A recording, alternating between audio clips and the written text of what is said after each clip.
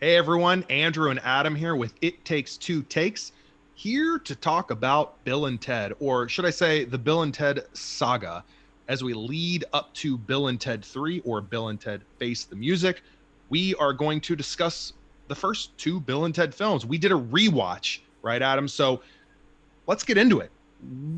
I'm going to start by saying that I was a little bit shocked at how little I remembered about these films from beginning to end. I would say that the last Well, time you I was gonna say you said you hadn't watched these movies in a long time, right? right, yeah, like the last time I remember maybe sitting down and watching these was on some sort of cable rerun, maybe in the early 2000s, and I had seen them several times, but in pieces. It made me question if I'd actually watched them completely from beginning to end, but there was enough of it that I felt like I know these scenes, I know what's going on. But then there were moments where whoa, I don't know that I actually sat and thoroughly watched these at any given time. So it was interesting to go back and see these again and really prep myself for the new film. And I know you were more familiar with these films based on your reaction to the trailer for Bill and Ted Face the Music. We'll go ahead and plug that right now as we talked about it, right? But what were your thoughts going into this and seeing it again? Well, I admit I have seen them several times throughout the decades that they have been out. I actually find them to be fun, mindless comedies that are a lot of just enjoying to sit there and watch. Right? I still enjoy them. I still think they're fun. I still think that to a certain extent there's a lot of nostalgia to them in a lot of ways. I think you could really tell that Bogus Journey was made after the success of Excellent Adventure. We're like, ooh, that was successful, so let's hand them some extra money that they didn't have the first time.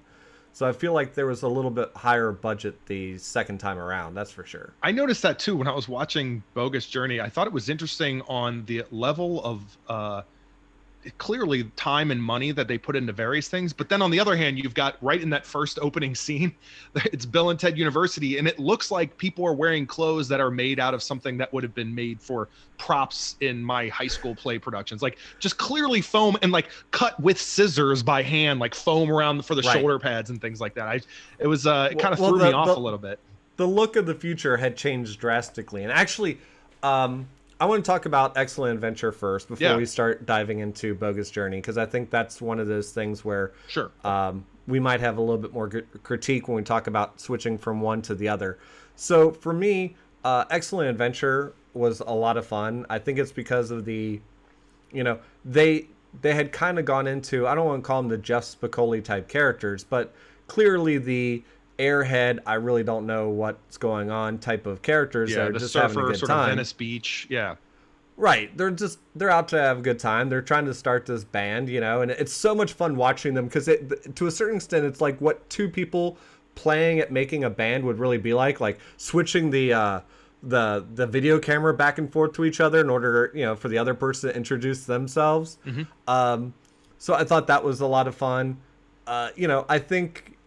I think if this movie had been made today, there wouldn't have been as much comedy about the Missy character, because I think they would have made the Bill character more angry at his dad at marrying a girl close to his age or something like that. I feel like that's what they would have done now. They would have added more drama to it. Where then it's like, it's like more Bill trying to catch himself not saying mom, and even trying not to say that she's hot, right? Because, It's your mom, dude. Yeah. So I thought that was a lot of fun. That's some good, really good actors. I thought that were fun to watch in the characters. I think the actor who played Ted's dad was really fun, playing that stern cop and everything.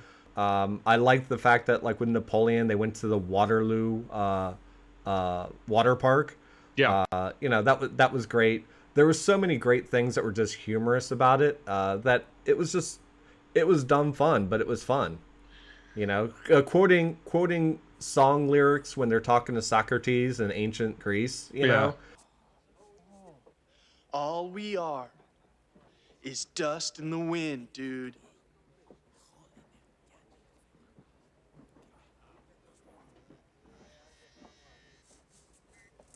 Dust. Wind. Dude. It was just fun. Yeah, I think you kind of touched on something that I wanted to bring to this conversation, which really is the humor, the kind of, I know it's probably not fair, but like to call it really kind of the stoner sort of humor that we would probably associate with today. Those characters of Bill and Ted early on, as enjoyable as they are, like I found myself really early on, I almost thought, I can't remember the pacing of this film, but that first half, it was kind of like I was getting hit over the head with them, and not in a bad way, but it was just kind of, I was almost worried. I was like, when this is over, is this going to kind of overstay its welcome? Do I remember this differently than am experiencing it now? And I noticed that it shifts. The film shifts, especially, I don't even want to say second half. It was kind of like, let's call it act 3. And it is that moment that you're referring to with like Napoleon at the water park. It's really when all these historical figures kind of get let loose. If you really were to pay attention on any rewatch of Bill and Ted, it's very Bill and Ted heavy, really, in that first half or first close to 3/4, whatever. And then it's like the movie from a character standpoint just completely expands and in a way blows up. You've got like all the sort of montage of all these characters in the mall going crazy with, Genghis Khan in a sporting goods store. You've got Beethoven playing and bringing in an audience, and it's just, and the Napoleon scenes were hilarious to me. Like I felt like that's when it really starts to open up, only to really quickly conclude. And it made me think, man, that whole that part to me was there was more variety. My brain was going during it more, I felt like, and that was something I noticed. I think also, from a how does it stand up now type of standpoint, I think there's a lot of references in Excellent Adventure that newer people watching it might not understand. Sure. Like when they're in the medieval times and, the lord or king or whatever is just like, put them in the Iron Maiden. Iron Maiden? Excellent! Execute them. Bogus. But the fact that you mentioned Iron Maiden, so anyone who was in the music around that time knew who Iron Maiden was. They were a famous metal band. So, of course, that they're going to get excited when Iron Maiden gets mentioned. And so I thought that was great. But the other great thing I think in these movies is, and it's going to be sad that he's not in the third movies, is George Carlin as Rufus. Right. He played, though it's a comedy movie, he actually played the most serious character to a certain extent of the movie because he's driving the plot line. Yep. And I thought that was great. And I do love, how they played with time a little bit. Again, you try not to read too much into it. So, when they first get, they're at the Circle K and they're first getting introduced to this and then their future selves show up. They only show kind of that moment from the original Bill and Ted's point of view. Mm-hmm. And then later on in the film, when they get to that point, we see it from the other Bill and Ted's point of view. So I kind of like that there was that first time around, you weren't really sure what Rufus was saying to the future Bill and Ted. Right. And the second time around, you got to see that. So I really enjoyed, little things like that. Obviously, we couldn't get away with a lot of the humor that was going on in that film today. There was a lot of when they're calling someone a fag, right? Yeah, like you can't really do that now. And I'm not saying that to offend anyone. Yeah. Just pointing out that is a very much a joke or a comment that would not go well today. The other thing I noticed is a very much a shift a little bit in the character personalities going from Excellent Adventure to Bogus Journey. Like the first one was more they obviously don't pay attention to school. They're just so self-absorbed about music and their own lives, and they're just kind of, it's rebellion. They're very fun. They're very fun and just, but they're not really, all that bright. The second time around, I felt like they had dialed that up more. And so they became a little bit more cartoony to a certain extent. I feel like you run into that with sequels at times, right? Right. And I worry that they're going to dial that even more for the third movie. But in any case, when I go from another thing I noticed, and it looks like we're going to have the same thing here. So the princesses, since we mentioned them, in the first movie are not the same princesses as far as actresses in the second movie. Right.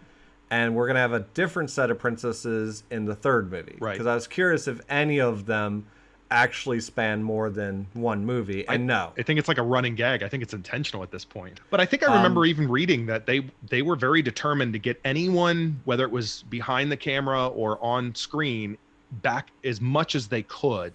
So if that is the case, I feel like this is even more proof of it maybe being intentional.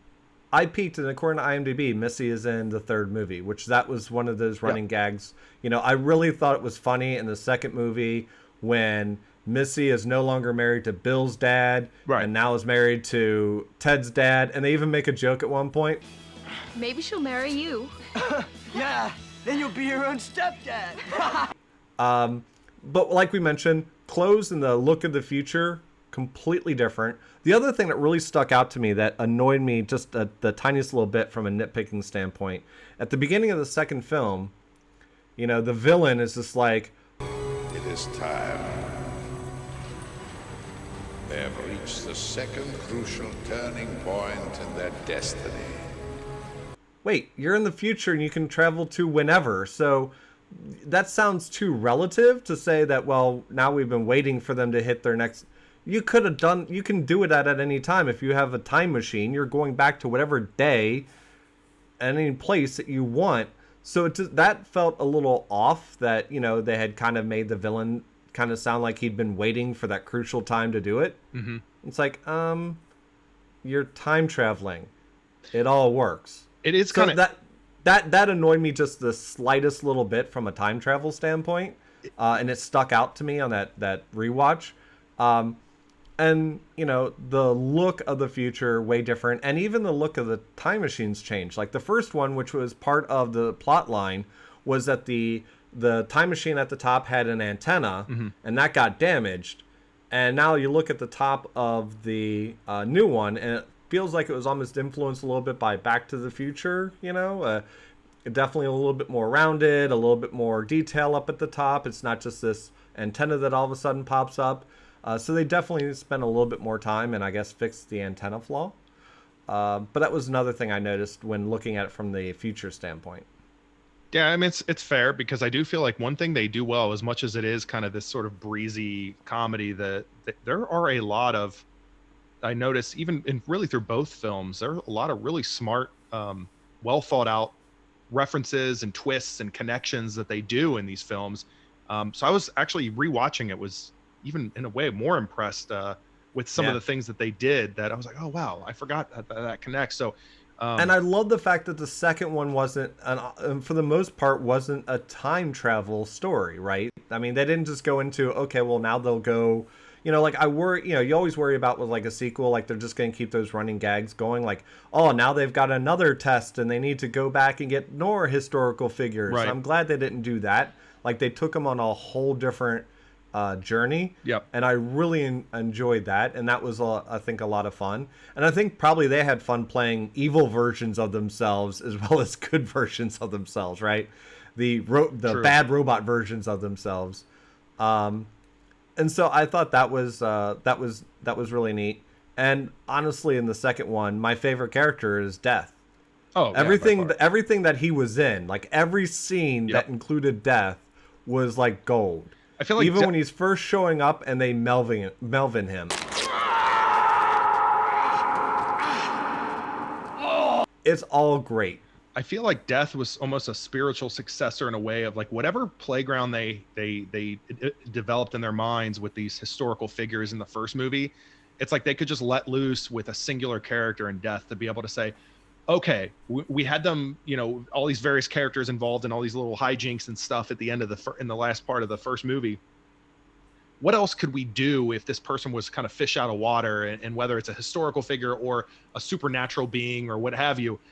And with Death, I feel like they just leaned into that, which I loved that in the first film, and I really liked it in the second film. But as we're kind of really getting deep into Bogus Journey, that film in particular, I could see why one would like that over the first, and vice versa, in the sense that there's a little bit different tone and sort of feel and vibe to it and rhythm to it, that it's all about your own preference. I found it to be also a little uneven, but in a different way. Like particularly the scenes, like the early on in the film, right? Like, well, relatively early on in the film, when they're in hell, I felt like that just kind of dragged on.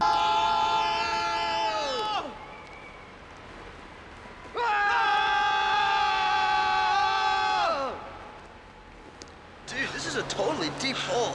Yeah. Maybe some people got a kick out of that, but I was like, there's no. I just felt like it kind of overstayed its welcome. It was there wasn't a whole lot of humor in it. It just felt like they were just having fun with showing hell, not Bill and Ted in hell. Granted, there were references. I get it. You know, the drill sergeant type scene and the grandmother. Well, I mean, it was. I think to a certain extent playing on the idea that, you know, if you go to hell, you're going to end up in whatever your own personal hell is. Right. I get that. And so I didn't mind it too much. You know, the first time they kind of go into a door together, and so that's why they end up with Colonel Oates. Is that clear? Yes, sir. Dude. What? Yes, dude. Sir. What? Yes, sir. Sir. Dude. Yeah. And then the second time, like, well, let's try different, and they each end up in their own different personal hells. And I thought they were funny. Like, I love the fact that, you know, Ted was being tormented by the Easter Bunny. And it was Alex Winter playing his own grandmother. A kiss. Oh, your dear old granny. Bill. You know, and the whole idea of, you know, as a little know kid. that. Yeah, that was Alex Winter. He was playing his own grandmother. And so it was great because of the simple fact that there are little kids who just are creeped out by old people, and, you know, older people want to, like, be all lovey on little kids. And so I thought that was, especially, you know, remember back then and stuff like that, that kind of being a thing. So I did think that was fun from showing that, and I enjoyed the fact that they were just like, Yeah. We got totally lied to by our album covers, man. Right. that was great, you know? Yeah. So, but it was kind of the segue. It needed to set them up on why they were backed into a corner, why they had to challenge death. And like they needed to be backed in a corner where they were screwed, and it was either stay in hell and deal with one of those things or challenge death. But death was great. I love the fact that they beat death on Battleship. A hit. You have sunk my battleship. You must play me again. What? Best 2 out of 3. And I love the fact that just kept going with that. Like, Best 3 out of 5. Best of 7? Damn right! right, they're classics today, but some of those games were really popular back in the 80s, right? Like Clue and Twister and Battleship. Yeah. And Twister was still popular then. So yeah, I think I thought it was great that the idea was that Death would probably win against any old ancient contest, but hey, modern games, he may not be good for. Like I if it was done today, it'd probably be video games or something like that, right? So I thought that was great. And it also, you find out really that Death isn't wearing any shoes, which makes that when he gets Melvin in the beginning even funnier, because they say your shoes are untied. And he's like, what? You know, so you find out he's not wearing any shoes to begin with. Right. So I thought it was great, but like every little bit of scene with Death in it, whether it's that or when he's trying to vie for attention after they get the great scientist from heaven to build their good robot versions, and he's just trying to vie for attention. Like, what about me? I made the wigs. Okay, Death. I helped with shopping. All right. I was pushing the cart. it was just every moment with Death in it was almost gold, you know? And the fact they put him in the apron and the sun hat up in heaven, right? And they're just like, you look great, dude. You think so? Yeah, you do. Shut up. Come on, dude. It's not fun. I never understood, and I still don't to this day, if they were just trying to make station a word. Yeah, hold on, hang on a second. Before you get into station, station is, to me, like, it's complete proof positive that this is an 80s and or 90s film, because with somewhat of a budget, you know, when something straight out of the basement of Jim Henson's Creature Shop shows up, that we are now getting into what in my opinion, in my memory bank, dark territory. Like this is like, like this is that we talk about like what Bill and Ted experienced in hell. That would have been mine. It was like, it's like every bizarre, even like the B movies that they try to do sort of animatronic costume faces. Sometimes they drive me nuts. And when I saw Station, I was like, the hell is going on with this now? Are we really getting into this territory? It was the kind of like whatever definition of gritty for like a lighthearted property would be is what Station embodies to me. Like Super Mario Brothers the movie, or Teenage Mutant Ninja Turtles the movie, like that kind of yeah. So I saw Station and I was like, yeah, this isn't for me. I don't like Station. I don't want him here. Yeah, thankfully they didn't spend too much extra time. Again, they went into quoting song lyrics when trying to get into heaven. What is the meaning of life?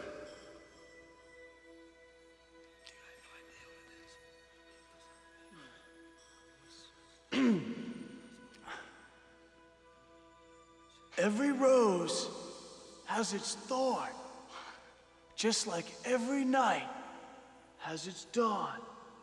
Just like every cowboy sings a sad, sad song.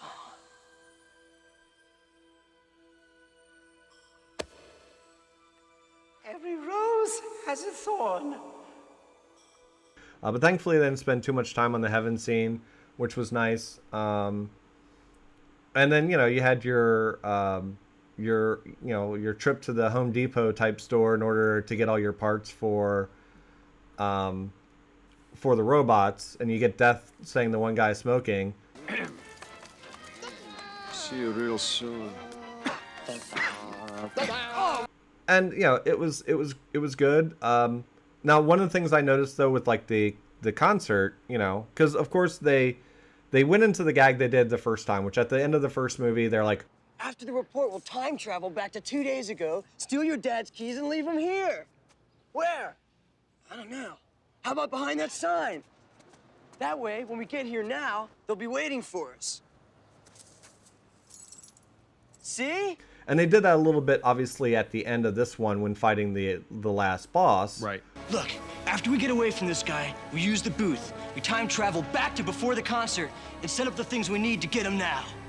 Then they go into then they go off to learn how to play their instruments, and they come back and they've got their facial hair, and they got kids, and which this is what I'm gonna need.